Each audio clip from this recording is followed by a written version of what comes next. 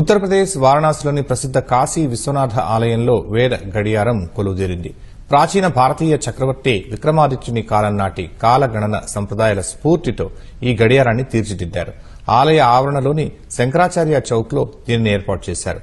ఈ వేద గడియారాన్ని మధ్యప్రదేశ్ ముఖ్యమంత్రి మోహన్ యాదవ్ విశ్వనాథుని ఆలయానికి బహుమతిగా అందించారు. హిందూ క్యాలెండర్ పంచాంగంలోని కీలక అంశాలను ఈ గడియారంలో పొందుపరిచారు. హిందూ ఖగోళ శాస్త్రంలో అత్యంత ప్రాముఖ్యత ఉన్న 27 నక్షత్రాల కదలికలను కూడా ఇది ఖచ్చితత్వంతో లెక్కిస్తుంది.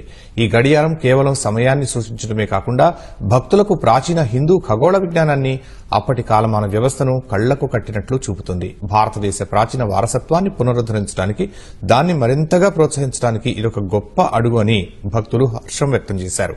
కాశీలో చక్రవర్తి విక్రమాదిత్యుని జీవితం, ఆయన విశిష్ట వారసత్వాన్ని గౌరవిస్తూ 3 రోజుల పాటు నిర్వహిస్తున్న సాంస్కృతిక వేడుకల నేపథ్యంలో ఈ వేద గడియారాన్ని ఏర్పాటు